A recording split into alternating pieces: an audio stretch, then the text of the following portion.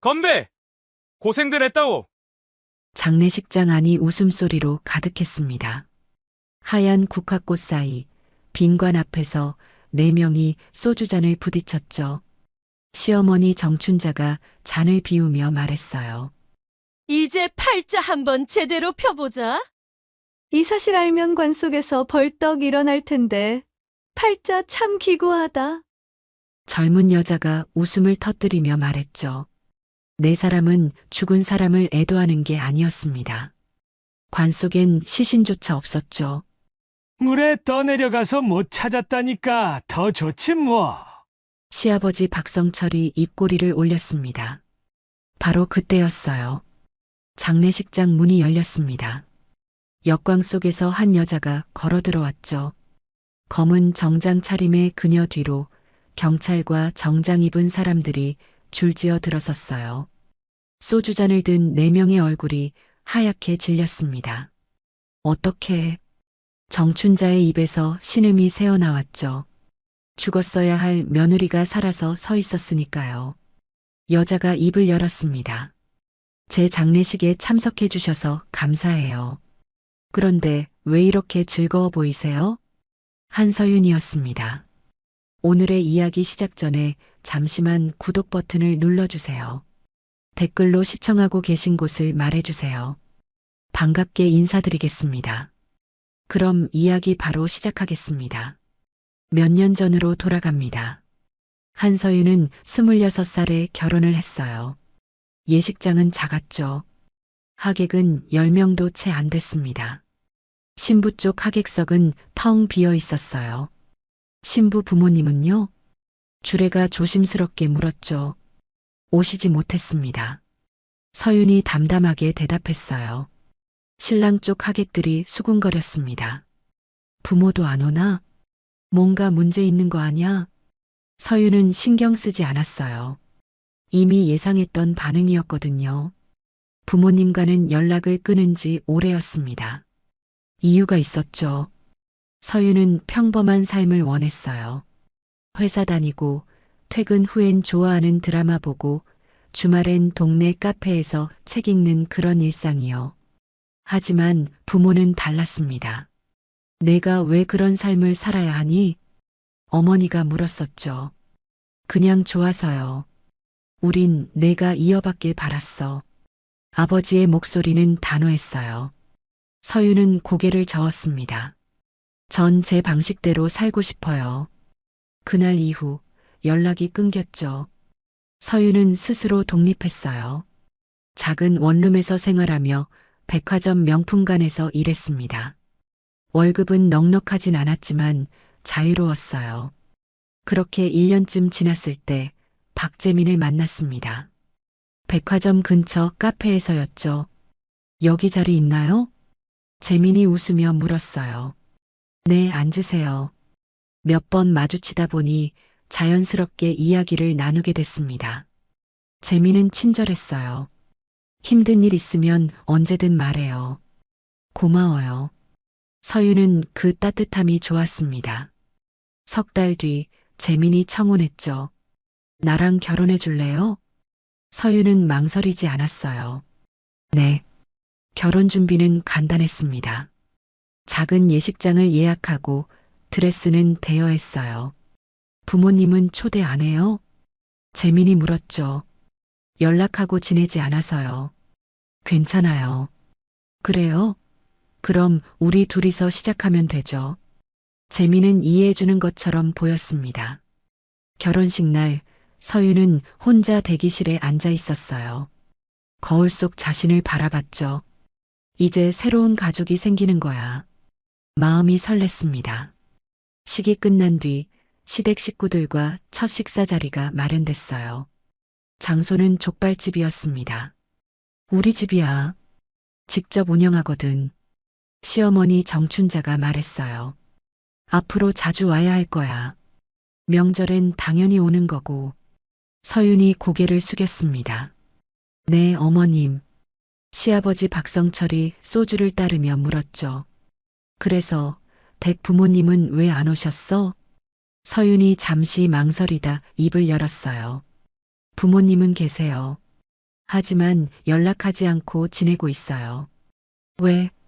정춘자가 눈을 가늘게 떴습니다. 제가 평범하게 살고 싶다고 했더니 결혼도 반대하셨어요. 그래서 제가 먼저 연락을 끊었습니다. 평범하게 재민의 동생이 코웃음을 쳤어요. 그래서 백화점 다니는 거야? 네. 명품관에서 일해요. 식탁이 조용해졌습니다. 정춘자와 박성철이 눈빛을 주고받았죠. 부모 도움도 못 받는 백화점 직원. 그렇게 낙인 찍힌 순간이었습니다. 힘들게 살았겠네. 정춘자가 말했어요. 하지만 목소리엔 동정이 아니라 무언가 다른 감정이 섞여 있었죠. 우리 재민이 잘해줄 거야. 걱정 마. 박성철이 덧붙였습니다. 서유는 그저 고개를 끄덕였어요. 좋은 가족을 만난 것 같아. 그때까지만 해도 그렇게 생각했습니다. 식사가 끝나고 서윤과 재민은 신혼집으로 돌아왔어요. 오늘 고생했어. 재민이 웃으며 말했죠. 괜찮아요. 가족들 다 좋으신 것 같아요. 그렇지? 우리 엄마 아빠 착하시잖아. 재민이 서윤의 손을 잡았습니다. 앞으로 잘 지내자. 응. 서윤은 미소 지었어요. 하지만 그날 밤 재민은 혼자 화장실에 들어가 전화를 걸었습니다. 엄마, 서윤이 완전 호구야. 부모 연락도 끊고 혼자 사는데 뭐. 수화기 너머로 정춘자의 목소리가 들렸죠. 그럼 됐다. 계획대로 진행해. 재민이 입꼬리를 올리며 중얼거렸어요. 이제 시작이야. 그날 밤 서윤은 아무것도 모른 채 깊은 잠에 빠져 있었습니다. 새로운 가족과 함께 행복한 미래를 꿈꾸면서요. 하지만 그 꿈은 곧 악몽으로 변하게 됩니다. 신혼생활이 시작됐습니다. 서윤은 아침 7시에 출근했어요. 백화점 명품관 매장이었죠. 어서 오세요. 손님들에게 인사하며 하루를 보냈습니다. 퇴근은 저녁 8시였어요. 집에 돌아오면 재민이 기다리고 있었죠. 오늘 힘들었어? 괜찮아. 저녁 먹자. 평범한 일상이었습니다. 하지만 시댁과의 관계는 달랐어요. 결혼 일주일 후 정춘자에게서 전화가 왔죠. 서윤아, 내일 시간 돼?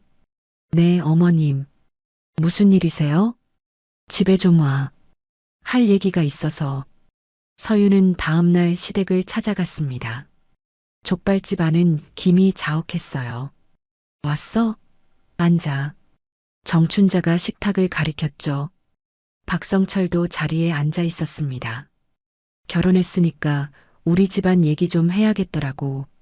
정춘자가 입을 열었어요. 우리 족발집이 얼마나 오래됐는지 알아? 아니요. 25년 됐어. 재민이 돌 때부터 시작했지.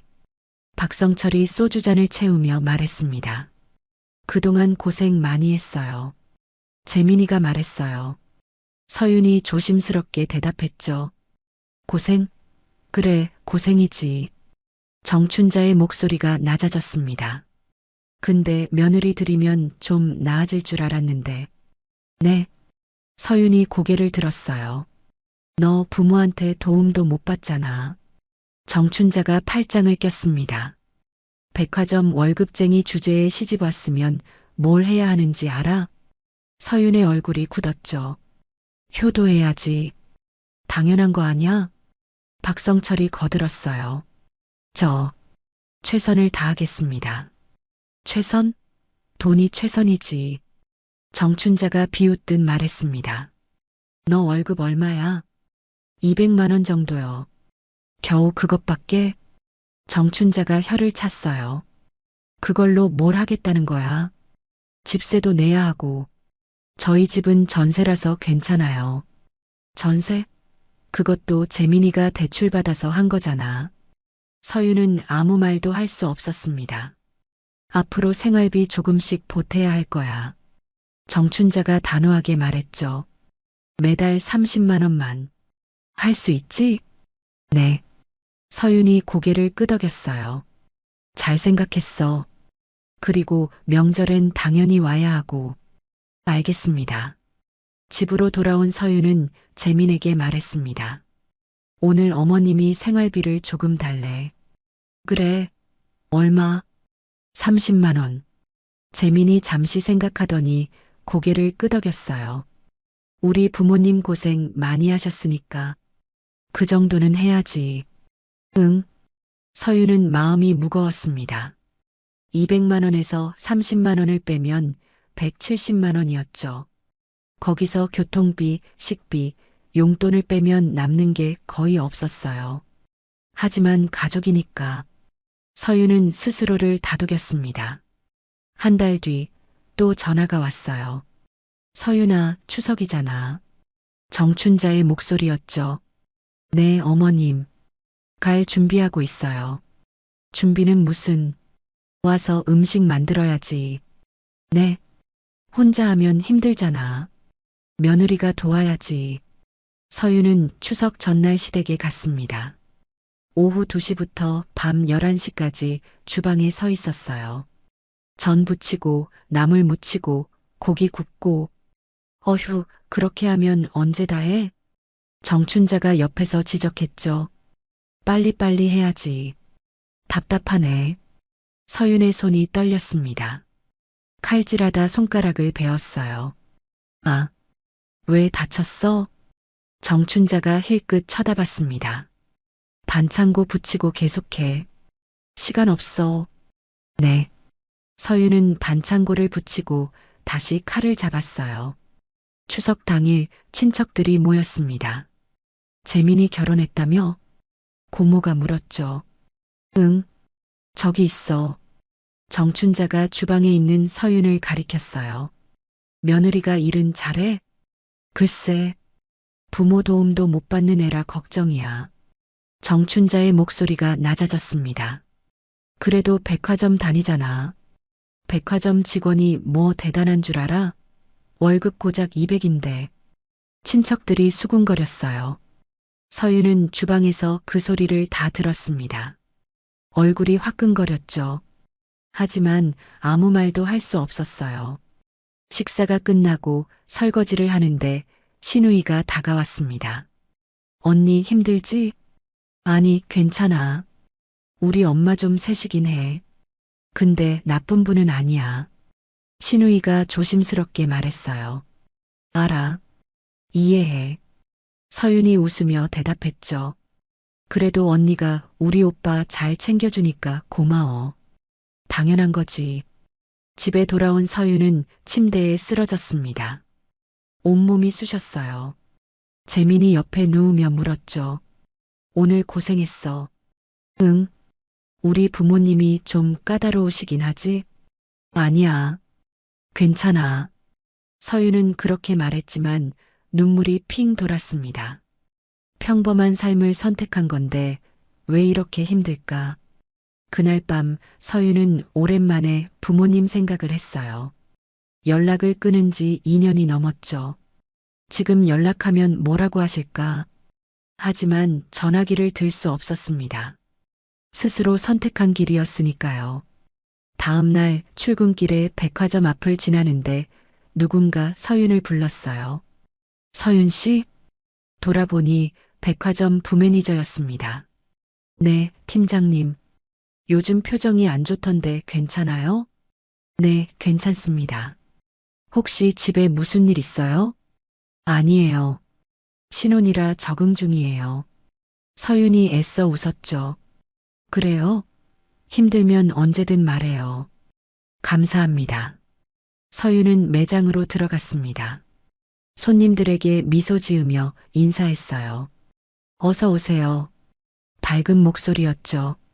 하지만 그 미소 뒤엔 깊은 피로가 숨어 있었습니다. 그날 저녁 정춘자에게서 또 전화가 왔어요. 서윤아, 이번 주말에 와. 네, 어머님. 족발 배달 주문이 많이 들어왔거든. 손 좀 보태줘. 알겠습니다. 서윤은 전화를 끊고 한숨을 내쉬었습니다. 언제까지 일해야 하지. 하지만 거절할 수 없었어요. 며느리였으니까요. 그 주말 서윤은 새벽 5시에 시댁으로 향했습니다. 거리는 아직 어두웠어요. 족발집 문을 열자 정춘자가 앞치마를 입고 서 있었죠. 왔어? 빨리 들어와. 네, 어머님. 서윤이 안으로 들어갔습니다. 주방엔 거대한 가마솥이 놓여 있었어요. 오늘 주문이 50개야. 점심까지 다 준비해야 해. 정춘자가 족발을 가리켰습니다. 저기 있는 거 다 삶아야 해. 할 수 있지? 네. 서윤은 긴 집게를 들었어요.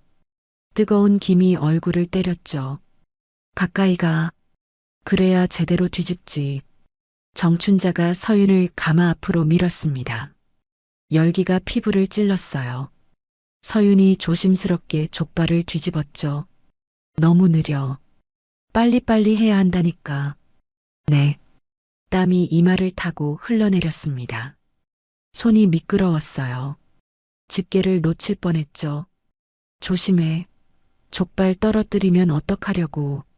정춘자가 소리쳤습니다. 서윤의 손이 떨렸어요. 1시간쯤 지났을까? 손바닥이 빨갛게 익어갔습니다.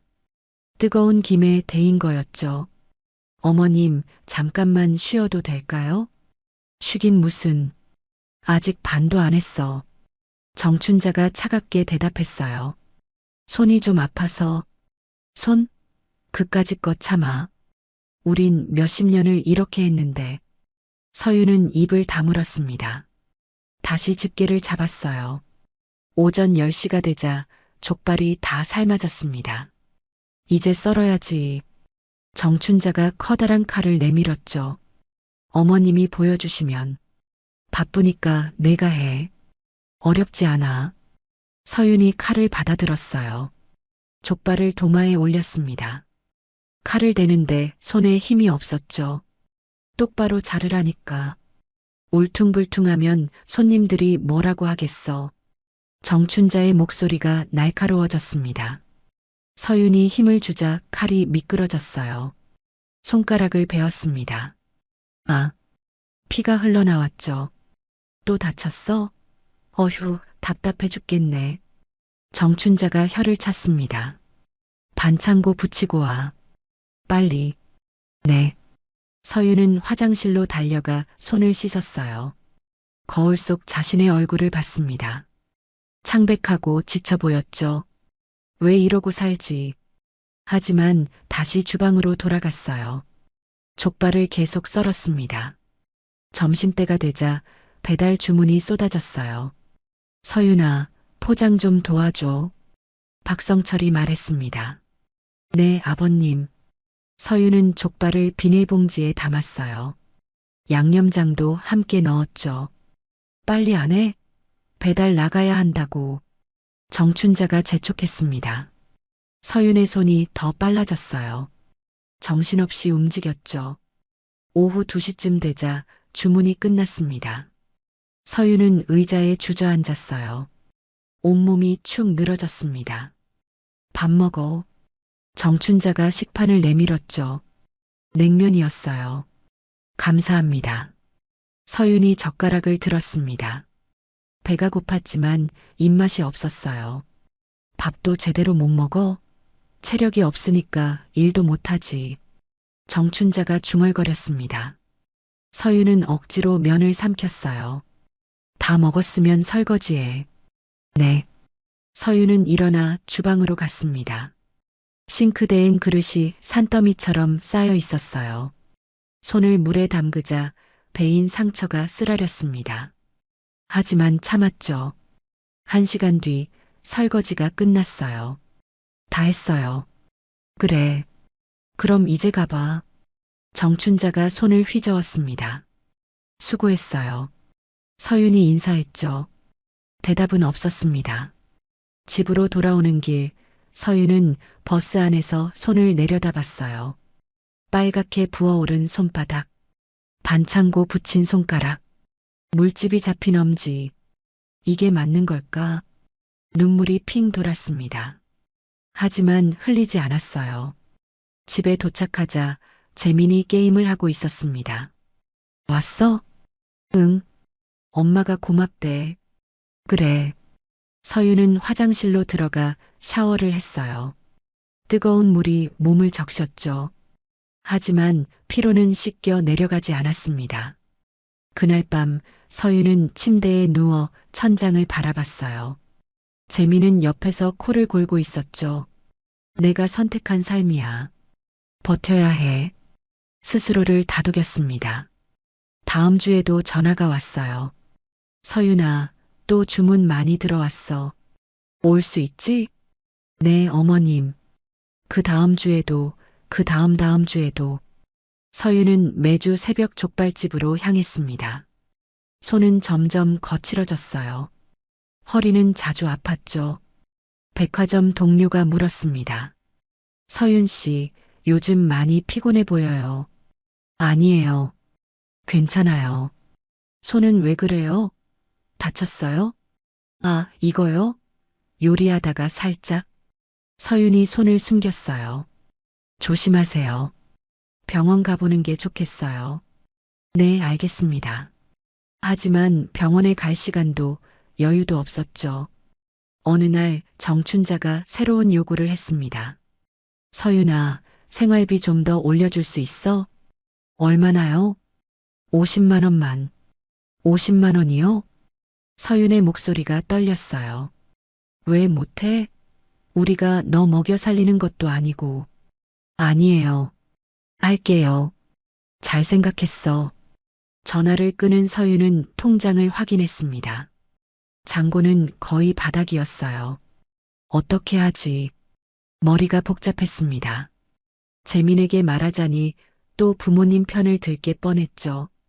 혼자 견뎌야 해. 서윤은 그렇게 결심했습니다.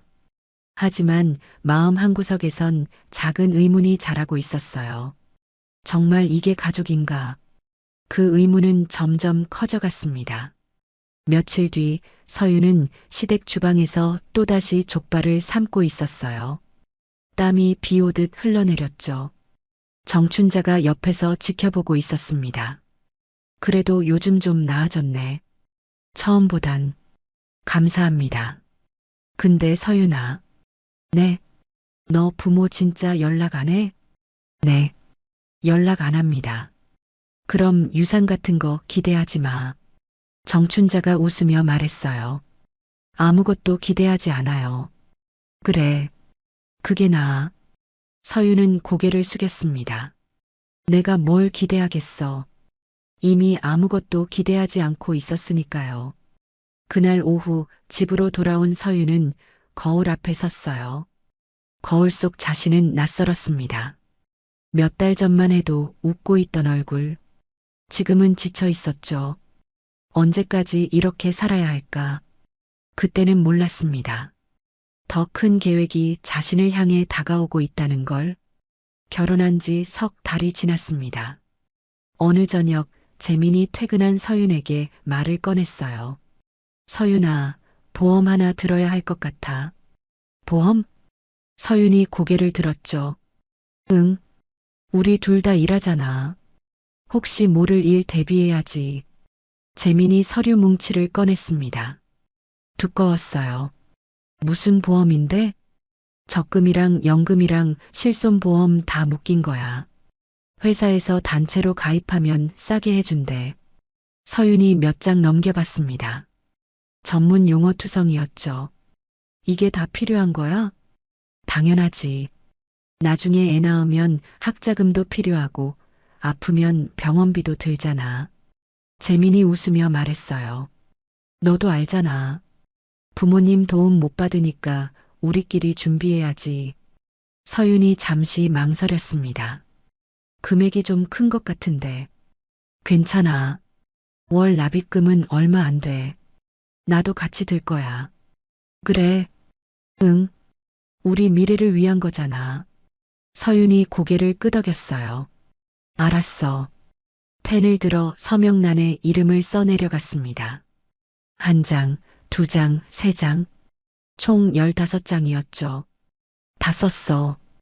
고마워. 내가 회사에 제출할게. 재민이 서류를 챙겨 넣었습니다. 그날 밤 재민은 서류를 들고 밖으로 나갔어요. 어머니를 만나러 간 거였죠. 카페에서 정춘자와 마주 앉았습니다. 됐어? 정춘자가 물었어요. 응. 서명 다 받았어. 재민이 서류를 내밀었죠. 정춘자가 서류를 펼쳐봤습니다. 사망보험금 30억. 수익자 배우자. 입꼬리가 올라갔어요. 잘했다. 1년만 기다리면 되는 거지? 그래. 면책 기간만 넘기면 돼. 정춘자가 커피를 한 모금 마셨습니다. 그 다음엔? 그때 이소연이 알아서 하겠지. 재민이 휴대폰을 꺼냈어요. 지금 연락해볼까? 그래. 재민이 전화를 걸었습니다. 소연아, 나야. 어디야? 수화기 너머로 여자 목소리가 들렸죠. 나, 집이야. 왜? 잘 됐네. 지금 엄마랑 있는데 너도 와. 알았어. 20분 뒤에 갈게. 전화를 끊고 재민이 어머니를 봤습니다. 곧 올 거야. 그래, 20분 뒤 젊은 여자가 카페로 들어왔어요. 이소연이었습니다. 어머니, 안녕하세요. 왔어? 앉아. 이소연이 재민 옆에 앉았죠. 보험 가입됐어? 응. 서윤이 서명 다 했어. 잘했네. 역시 신혼초라 쉬웠지? 이소연이 빙긋 웃었습니다. 1년 뒤면 면책 끝나는 거 맞지? 정춘자가 물었어요. 맞아요. 그때까지는 자연사 아니면 보험금 안 나와요. 그럼 1년 뒤에 실행하면 되겠네. 어떻게 할 건데? 재민이 목소리를 낮췄습니다. 출렁다리. 이소연이 말했어요. 출렁다리? 응. 가족 나들이 가는 척하고 거기 가는 거야. 사람 많을 때. 그래서 밀면 돼. 난간 낮으니까 쉬워. 정춘자가 고개를 끄덕였죠. 사고로 위장하는 거네. 당연하지. CCTV도 없고 목격자들도 발 헛디뎠다고만 생각할 거야. 이소연이 차분하게 설명했습니다. 좋아. 그렇게 하자. 재민이 동의했어요. 30억이면 건물도 사고 족발집도 접을 수 있겠네. 정춘자가 웃었습니다. 당연하지. 평생 놀고 먹어도 돼. 세 사람은 술잔을 부딪혔어요. 그날 밤 늦게 재민이 집에 돌아왔습니다. 서윤은 이미 잠들어 있었죠. 재민은 조용히 침대에 누웠어요. 1년만 참으면 돼. 작게 중얼거렸습니다. 하지만 서윤은 자고 있지 않았어요. 눈을 감고 있었을 뿐이었죠. 며칠 뒤 또다시 이상한 일이 있었습니다. 재민이 밤늦게 전화 통화를 하더니 거실로 나갔어요. 서윤은 침실 문을 살짝 열고 귀를 기울였죠. 엄마, 걱정 마. 다 계획대로야. 재민의 목소리였습니다. 출렁다리 다음 주에 한번 가볼까? 위치 확인하려고. 응. 서윤한테는 가족 나들이라고 할게. 좋아. 그럼 그렇게 해. 서윤의 심장이 빠르게 뛰었어요. 출렁다리? 왜? 불안한 예감이 들었죠. 다음 날 아침 재민이 말했습니다. 서윤아, 이번 주말에 어디 갈까? 어디? 출렁다리 있는데. 경치 좋다던데. 갑자기? 응. 요즘 스트레스 많잖아. 기분 전환도 할 겸. 서윤이 재민을 쳐다봤어요. 평소와 다를 게 없는 표정이었죠. 우리 부모님도 모시고 갈까? 가족끼리. 부모님도요? 응. 엄마가 요즘 힘들어 하시거든. 나들이 가면 좋아하실 것 같아. 서윤은 뭔가 이상했습니다. 하지만 거절할 수 없었어요. 그럴까요? 그래. 내가 말씀드릴게. 재민이 웃으며 전화를 꺼냈죠. 그날 저녁 서윤은 혼자 소파에 앉아 있었습니다.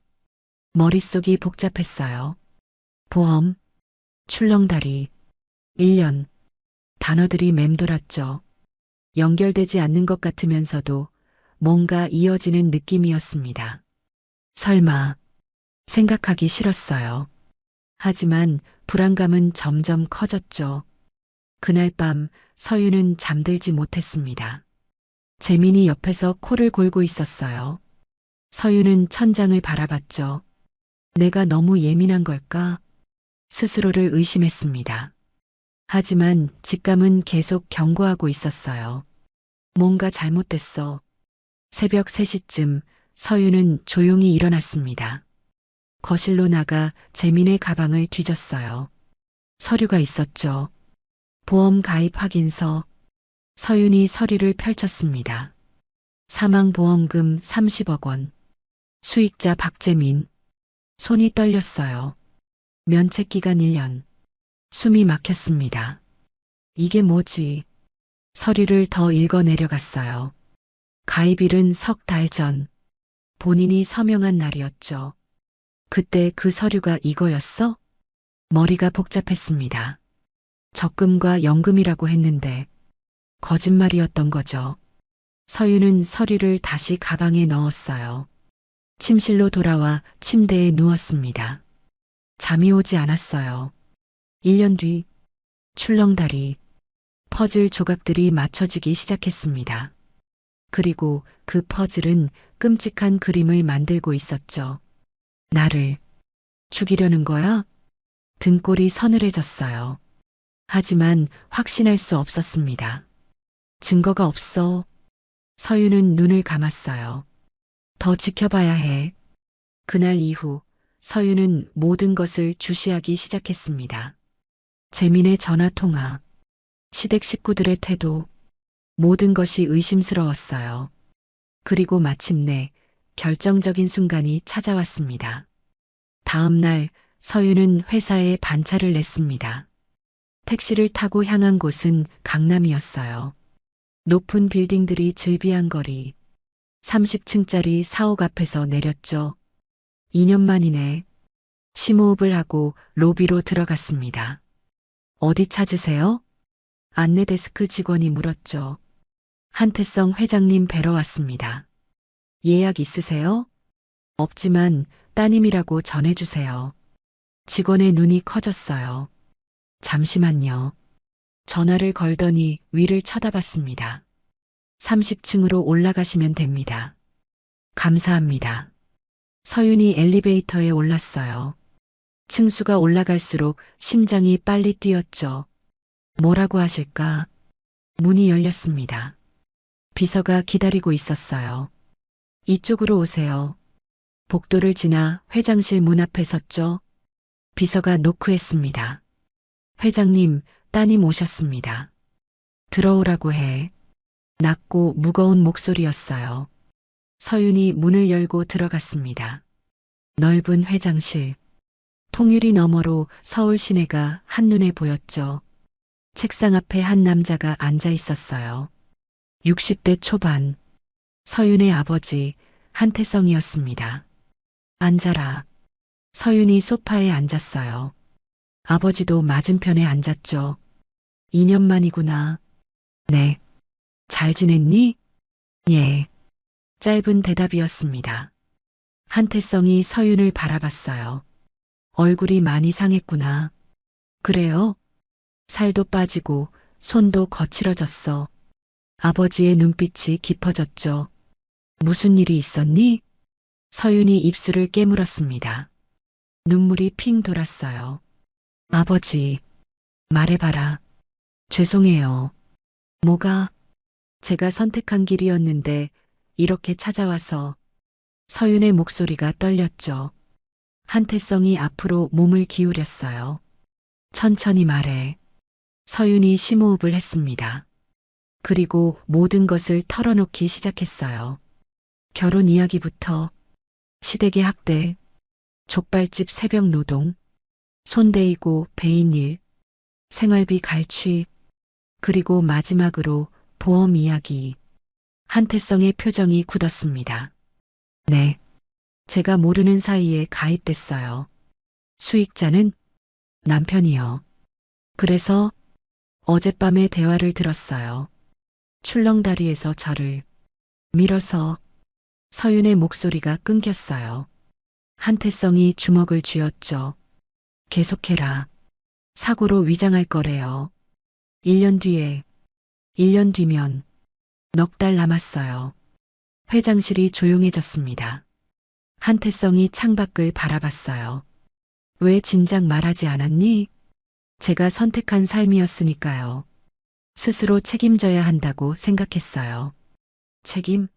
죽을 뻔한 걸 알면서 확신이 없었어요. 어쩌면 제가 오해한 건지도 모른다고. 서윤이 고개를 숙였죠. 한태성이 한숨을 내쉬었습니다. 너는 평범한 삶을 원했지. 네. 나는 그게 이해가 안 됐어. 왜 이 모든 걸 버리고 그런 삶을 선택하는지. 아버지의 목소리가 부드러워졌어요. 하지만 지금은 알 것 같구나. 아버지, 넌 자유가 좋았던 거야. 책임도 부담도 없는. 한태성이 딸을 바라봤죠. 그런데 그 자유가 이렇게 너를 위험에 빠뜨릴 줄은 몰랐구나. 죄송합니다. 사과할 일이 아니야. 한태성이 전화기를 들었어요. 실장, 지금 들어와. 잠시 후 문이 열렸습니다. 정장 입은 남자가 들어왔죠. 변호사 3명, 즉시 소집해. 형사 전문가 포함해서. 알겠습니다.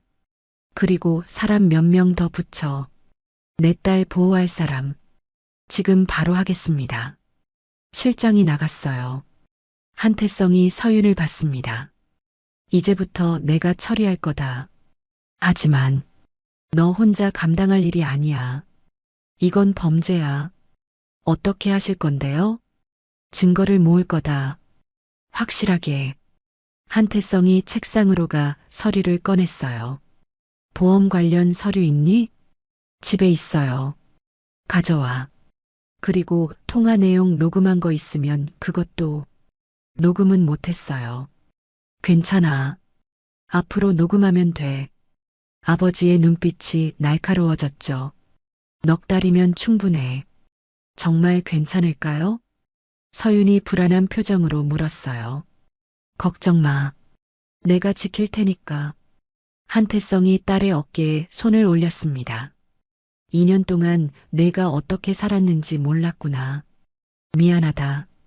아니에요. 제가 이제 집에 가거라.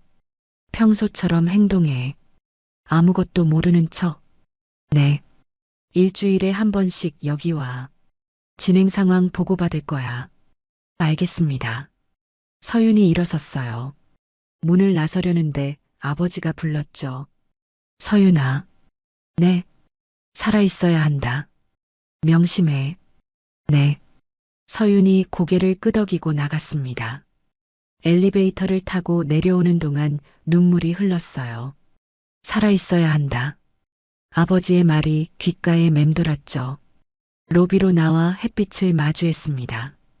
이제 혼자가 아니야. 처음으로 안도감이 들었어요.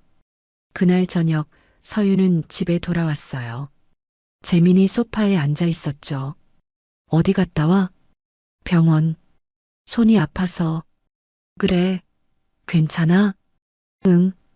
연고 받았어. 서윤이 자연스럽게 웃었습니다.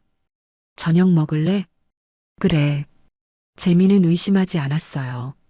서윤은 부엌으로 가 요리를 시작했죠. 겉으로는 평범한 아내였습니다. 하지만 속으로는 달랐어요. 넉 달. 증거를 모아야 해. 칼을 들고 야채를 썰면서 생각했죠. 이번엔 내가 이긴다. 그날 밤 서윤은 침대에 누워 천장을 바라봤습니다. 재민이 옆에서 자고 있었어요. 아버지가 함께 하시니까 눈을 감았습니다. 처음으로 편안하게 잠들 수 있었어요. 그 시간 한태성의 회장실에서는 긴급 회의가 열리고 있었죠. 변호사 3명과 실장이 모였습니다. 살인 미수와 보험 사기 공모. 증거를 확보해야 합니다. 변호사가 말했어요. 녹음, 영상, 서류. 모든 걸 수집하십시오. 시간이 얼마나 걸립니까? 한태성이 물었죠. 석 달이면 충분합니다. 좋아. 시작하십시오. 회의가 끝났어요. 한태성은 혼자 남아 창밖을 바라봤습니다. 기다려라. 내 딸을 건드린 대가를 치르게 해주마. 그의 눈빛은 차갑게 빛났습니다. 석 달이 흘렀습니다. 그동안 서윤은 완벽하게 연기했어요. 평범한 며느리, 순종적인 아내. 아무것도 모르는 척했죠. 하지만 몰래 녹음기를 켰습니다. 시댁 식구들의 대화를 모두 담았어요. 일주일에 한 번씩 아버지를 만나 증거를 전달했죠. 잘하고 있다. 한태성이 말했습니다. 조금만 더 버텨라. 네, 아버지. 변호사들은 보험 서류를 분석했어요. 통화 기록도 확보했죠. 충분합니다. 이제 실행만 남았습니다. 마침내 그날이 왔습니다. 토요일 아침 재민이 말했어요. 오늘 출렁다리 가자. 날씨도 좋고. 갑자기 엄마 아빠도 같이 가신대. 가족 나들이. 서윤의 심장이 빨리 뛰었어요. 드디어구나. 그럴까? 자연스럽게 웃으며 대답했죠. 좋아. 준비할게. 오전 10시 시댁 앞에서 만났습니다. 정춘자와 박성철이 차에 타고 있었어요. 서윤아, 타. 네, 어머님. 차가 출발했죠. 1시간쯤 달렸을까? 산속 계곡이 나타났습니다. 저기다. 박성철이 주차장에 차를 세웠어요. 내리자 시원한 바람이 불었죠. 경치 좋네. 재민이 말했습니다. 사진 찍자. 그래. 일행은 출렁다리로 향했어요. 다리는 계곡 위에 걸려 있었죠. 아래는 깊은 물이 흐르고 있었습니다. 무섭다. 서윤이 난간을 잡았어요. 괜찮아. 내가 있잖아. 재민이 손을 잡아줬습니다. 하지만 그 손은 차갑게 느껴졌어요. 다리 중간쯤 왔을 때였죠. 정춘자가 갑자기 말했습니다. 서윤아, 저기 좀 봐. 경치 좋다. 어디요? 서윤이 난간 쪽으로 몸을 기울였어요. 바로 그때였습니다. 정춘자가 서윤의 등을 밀었죠. 흑. 서윤의 몸이 앞으로 쏠렸어요. 난간 너머로 넘어갈 뻔했습니다. 하지만 순간 난간을 붙잡았죠. 어머님. 서윤이 소리쳤어요. 주변 사람들이 놀라 돌아봤습니다. 아이고, 깜짝이야. 정춘자가 연기를 했어요. 미끄러졌어? 조심해야지. 괜찮아? 재민이 달려와 서윤을 붙잡았습니다. 하지만 그 눈빛은 실망으로 가득했어요. 실패했어. 서윤은 그걸 알았죠. 집에 가요. 무서워요. 그래, 가자. 일행은 주차장으로 돌아왔습니다. 차 안은 침묵으로 가득했어요. 정춘자와 박성철이 눈빛을 주고받았죠. 다음 기회를 노려야 해. 집에 도착한 서윤은 곧바로 화장실로 들어갔습니다. 휴대폰을 꺼내 아버지에게 문자를 보냈어요. 실행됐어요. 증거 확보했습니다. 곧 답장이 왔죠. 잘했다. 이제 마무리한다. 서윤이 거울을 봤습니다. 창백한 얼굴이었어요. 조금만 더. 심호흡을 하고 밖으로 나왔죠. 재민이 소파에 앉아 있었습니다. 괜찮아? 응. 놀랐어. 조심해야지. 위험한 곳이었어. 재민의 말투는 평범했어요. 하지만 서윤은 알았죠. 거짓말이야. 그날 밤 재민은 밖으로 나가 전화를 걸었습니다. 서윤은 문틈으로 귀를 기울였어요. 엄마, 실패했어. 어떻게 된 거야? 정춘자의 목소리가 들렸죠. 사람들이 너무 많았어. 눈치챌 뻔했어. 다음엔 확실하게 해야 해. 알았어. 기회를 다시 만들게. 서윤은 녹음기를 껐습니다. 이것으로 충분해. 다음 날 서윤은 아버지를 만났어요. 녹음 파일을 전달했죠. 들어보세요. 한태성이 재생 버튼을 눌렀습니다. 재민과 정춘자의 대화가 흘러나왔어요. 실패했어. 다음엔 확실하게. 한태성의 얼굴이 굳었습니다. 이제 움직이겠습니다. 변호사가 말했어요. 경찰에 고발하시겠습니까? 아니. 한태성이 고개를 저었죠. 더 확실한 방법이 있어. 무슨 뜻입니까? 장례식을 치를 거야. 네. 서윤이 눈을 크게 떴어요. 서윤이 죽은 걸로 만드는 거지. 한태성이 설명했습니다. 출렁다리에서 떨어져 실종됐다고 발표해. 시신은 못 찾았다고. 그럼 장례식을 치르는 거야.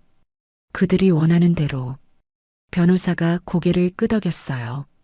그때 보험금을 청구하겠죠. 맞아. 그 순간 체포하는 거야. 하지만 위험하지 않습니까? 서윤은 안전한 곳에 있을 거야. 한태성이 딸을 봤죠. 넌 죽은 사람이 되는 거다. 며칠만. 알겠습니다. 서윤이 대답했어요. 무섭지 않니? 아니요. 끝낼 수 있다면. 그날부터 계획이 실행됐습니다. 사흘 뒤 뉴스가 나왔어요. 계곡에서 실종 사고. 29살 여성 수색 중. 재민이 뉴스를 보며 전화를 걸었죠. 엄마 봤어? 응. 드디어구나. 이제 장례 준비해야지. 보험금은 언제 나와? 한 달 뒤래. 시신 못 찾으면 사망 처리된대. 좋아. 기다리자. 서윤은 안전가옥에 숨어 있었습니다. 창밖을 바라보며 생각했어요. 곧 끝나. 며칠이 지나자 수색이 중단됐죠. 시신 발견 못함. 사망 추정. 공식 발표가 났습니다. 재민은 장례식장을 예약했어요. 3일장으로 할게요. 관은 빈 걸로 하시겠습니까? 네. 시신이 없으니까요. 장례식 날짜가 잡혔습니다. 그날 서윤은 정장을 입고 거울을 봤어요. 마지막이야. 한태성이 옆에 섰죠. 준비됐니? 네. 가자. 내 장례식에. 차가 출발했습니다. 장례식장을 향해. 그곳에서 모든 게 끝날 예정이었죠. 차 안에서 서윤은 창밖을 바라봤어요. 이제 진짜 끝이야. 주먹을 쥐었습니다. 곧 도착할 장례식장. 그곳에서 죽은 사람이 살아 돌아올 거예요. 그리고 진실이 드러날 겁니다. 모든 거짓말이 무너지는 순간. 서윤은 그 순간을 기다리고 있었죠. 장례식장 입구에 고 한서윤이라는 현수막이 걸렸습니다. 문상객은 거의 없었어요. 시댁 식구들과 몇몇 친척뿐이었죠. 빈소안 관 앞에 영정 사진이 놓여 있었습니다. 하지만 관 속은 텅 비어 있었어요. 정춘자가 검은 상복을 입고 앉아 있었죠. 눈물은 없었습니다. 오히려 입꼬리가 살짝 올라가 있었어요. 고생 많으셨습니다. 몇몇 사람들이 조문했습니다. 네, 감사합니다. 정춘자가 건성으로 대답했어요. 박성철도 옆에 앉아 있었죠. 무표정한 얼굴. 슬픔은 찾아볼 수 없었습니다. 재민은 상주석에 앉아 고개를 숙이고 있었어요. 하지만 눈은 웃고 있었죠. 드디어 끝났어. 오후 2시쯤 친척들이 모였습니다. 조문이 끝나자 분위기가 바뀌었어요. 이제 식사나 하자. 박성철이 일어났습니다. 그래야지. 정춘자도 따라 일어났죠. 별실로 자리를 옮겼어요. 상을 차리고 술을 꺼냈습니다. 고생했어, 재민아. 삼촌이 잔을 따라줬어요. 괜찮습니다. 재민이 잔을 받았죠. 젊은 나이에 과부대다니 안 됐다. 뭐 어쩔 수 없죠. 재민의 목소리엔 슬픔이 없었습니다. 오히려 담담했어요. 그래도 보험은 드러났지? 고모가 조심스럽게 물었습니다. 정춘자가 빙긋 웃었어요. 당연하지. 우리가 바보야? 얼마나 되는데? 30억. 뭐? 30억? 친척들의 눈이 커졌죠. 대박이네. 그 돈이면 뭐든 할 수 있겠어. 건물 사야지, 건물. 박성철이 소주를 마시며 말했습니다. 족발집은 접을 거야. 이제 건물주 되는데. 부럽다, 정말. 친척들이 부러운 눈빛으로 쳐다봤어요. 정춘자가 잔을 들었습니다. 다들 한 잔씩 하자고. 좋지. 술잔이 부딪혔어요. 장례식장이 아니라 축하형 같았죠. 그나저나 며느리 시신은 못 찾았어? 응. 물에 떠내려갔대. 정춘자가 대수롭지 않게 말했습니다. 그게 더 좋지 뭐. 장례 비용도 안 들고. 맞아. 관도 비어 있잖아. 허허, 그것도 그렇네. 사람들이 웃음을 터뜨렸어요. 죽은 사람을 애도하는 자리가 아니었습니다. 돈을 계산하는 자리였죠. 재민아, 보험금 언제 나와? 한 달 뒤요. 빨리 나왔으면 좋겠다. 저도요. 재민이 술을 마셨습니다. 그때 문이 열렸어요. 젊은 여자가 들어왔죠. 이소연이었습니다. 늦어서 죄송해요. 왔어? 앉아. 정춘자가 자리를 권했어요. 고생 많았어요, 어머니. 이소연이 정춘자 옆에 앉았습니다. 친척들이 수군거렸죠. 저 여자는 누구야? 재민이 친구래. 장례식에 친구가 왜 와? 하지만 정춘자는 신경 쓰지 않았어요. 소연아, 술 한잔 해. 감사합니다. 이소연이 잔을 받았죠. 이제 다 끝났네요. 그러게. 내 덕분이야. 제가 뭐려. 어머니가 잘하셨죠. 두 사람이 웃으며 잔을 부딪혔습니다. 재민도 함께 웃었어요. 출렁다리 작전 성공. 쉿. 조용히 해. 정춘자가 손가락을 입에 댔죠. 하지만 목소리는 낮아지지 않았습니다. 어차피 시신도 없는데 뭐. 박성철이 말했어요. 증거도 없고. 맞아. 완벽한 사고사지. 세 사람은 술을 계속 마셨어요. 취기가 오르자 더 대담해졌죠. 서윤이 그렇게 순진할 줄 몰랐어. 정춘자가 혀를 찼습니다. 보험 서류에 사인할 때도 아무것도 몰랐잖아. 바보였지 뭐. 재민이 비웃었어요. 부모한테 도움도 못 받는 주제에. 그래도 쓸모는 있었어. 30억이잖아.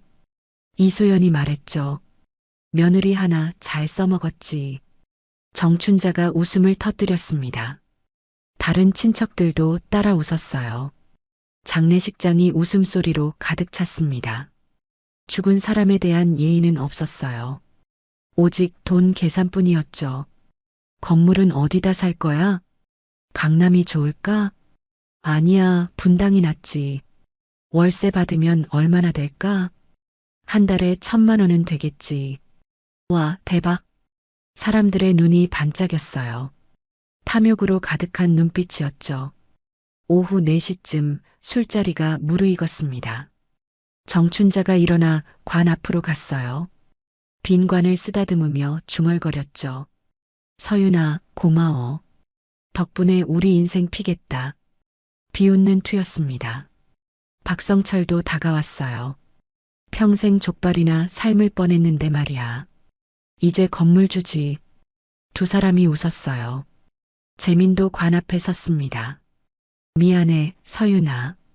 근데 어쩔 수 없었어. 돈이 필요했거든. 전혀 미안해 보이지 않았죠. 이소연이 재민의 팔을 잡았습니다. 이제 우리 결혼할 수 있겠네. 그래. 1년쯤 뒤에. 너무 빨리 하면 의심받잖아. 알아. 적당히 기다렸다가 하자. 네 사람은 빈 관을 앞에 두고 웃고 있었어요. 그 모습은 소름 끼쳤습니다. 인간이 어떻게 저렇게 될 수 있을까? 오후 5시. 친척들이 하나둘 돌아가기 시작했어요. 조심해서 가. 응, 나중에 건물 구경시켜줘. 그래, 언제든지. 빈소엔 정춘자, 박성철, 재민, 이소연만 남았습니다. 후유, 거칠해하느라 힘들었네. 정춘자가 상복을 벗으며 말했어요. 이제 끝이야. 아니, 이제 시작이지. 박성철이 웃었습니다. 30억으로 새 인생. 네 사람은 다시 술잔을 들었어요. 건배. 잔이 부딪혔죠. 바로 그때였습니다. 장례식장 문이 열렸어요. 모두의 시선이 문 쪽으로 향했습니다. 역광 속에서 누군가 걸어 들어오고 있었죠. 검은 정장을 입은 여자. 그 뒤로 여러 사람들이 따라 들어왔어요. 정춘자의 얼굴이 하얗게 질렸습니다. 손에 들고 있던 술잔이 바닥에 떨어졌어요. 어떻게? 떨리는 목소리가 새어나왔죠. 박성철도 얼어붙었어요. 재민의 입이 벌어졌습니다. 이소연은 뒤로 물러섰죠. 죽었어야 할 사람이 살아서 걸어 들어오고 있었으니까요. 한서윤이었습니다.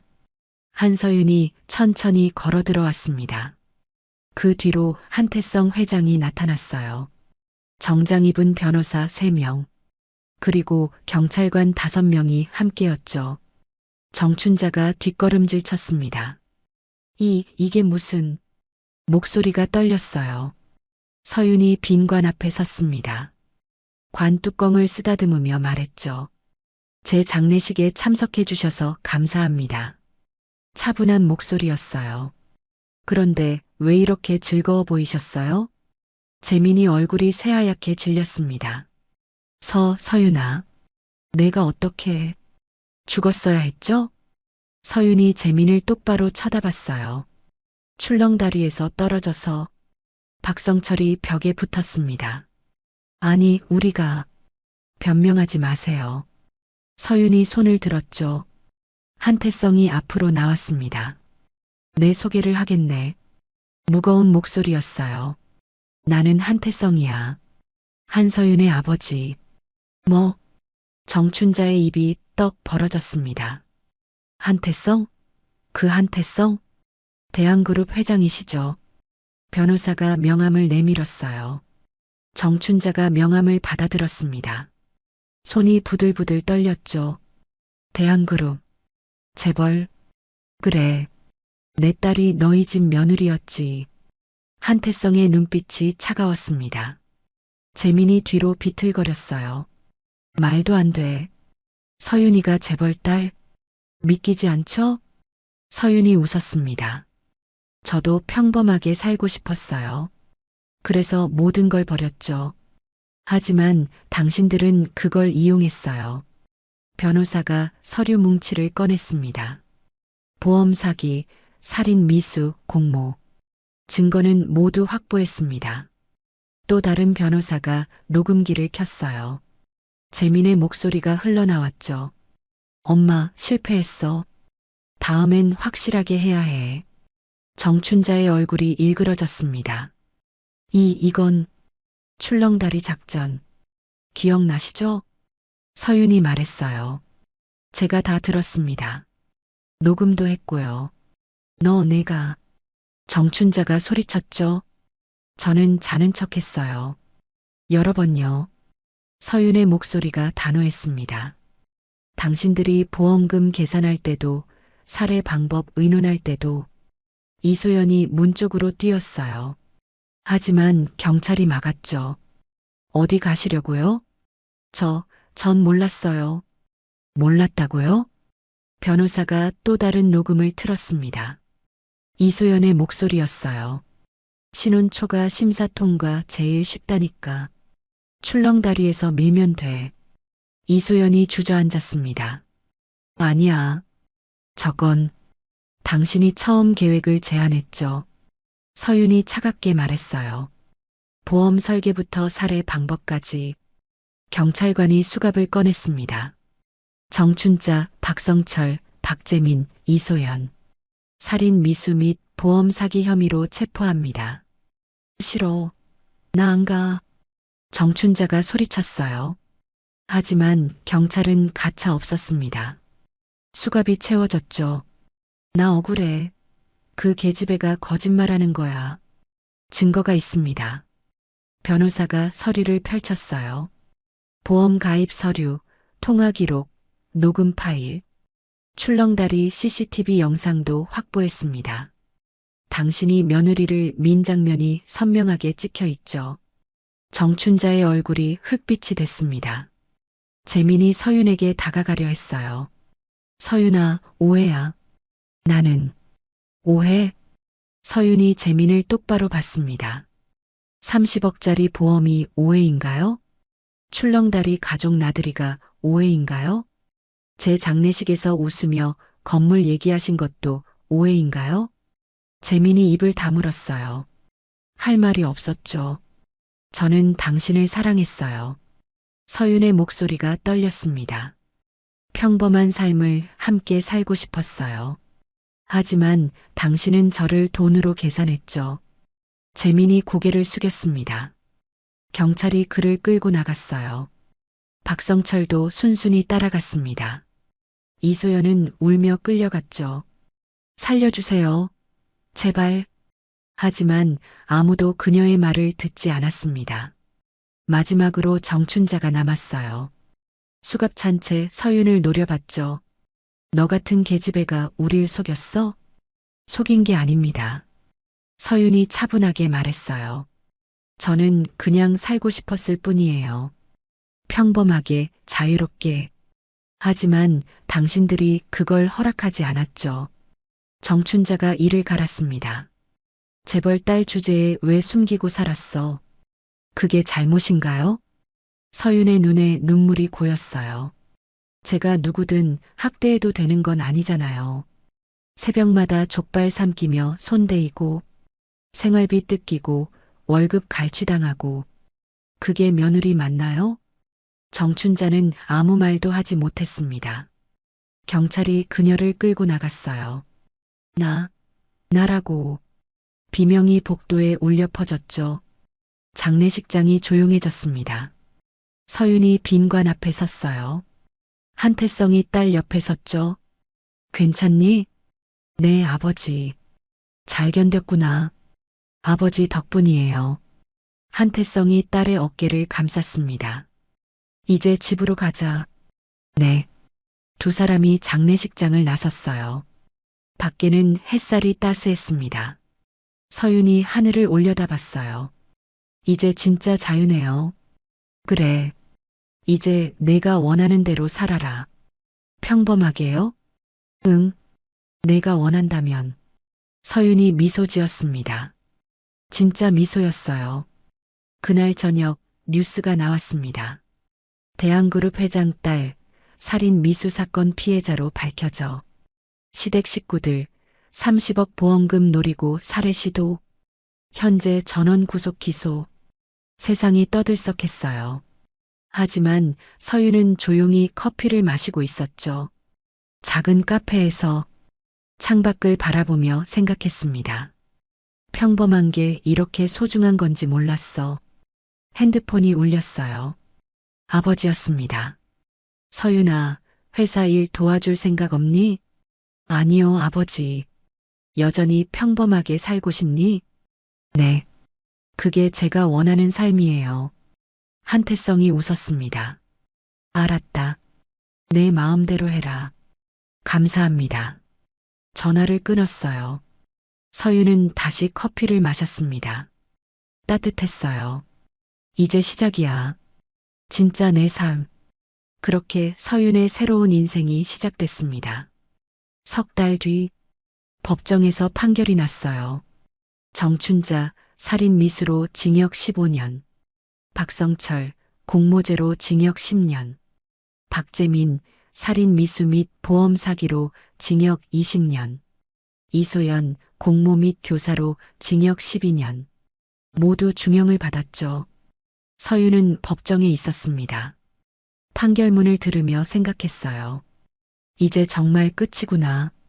법정을 나서는데 기자들이 몰려들었죠. 한서윤 씨, 한 말씀 해주세요. 서윤이 걸음을 멈췄습니다.